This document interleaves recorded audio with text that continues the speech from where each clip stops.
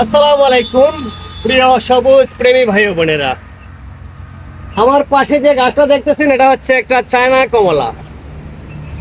অনেকেই তো বলেন তাহলে ভাই কমলা মালটা এরকম সাইজ যখন হয় আমাদের, এইরকম সাইজ যখন হয় তখন ঝড়ে পড়ে যায়, গুটিগুলা গাছে আর আটকায় না। এই যে দেখেন এইভাবে নষ্ট হয়, এইভাবে নষ্ট হয়, এইভাবে গুটি গাছে থাকে না।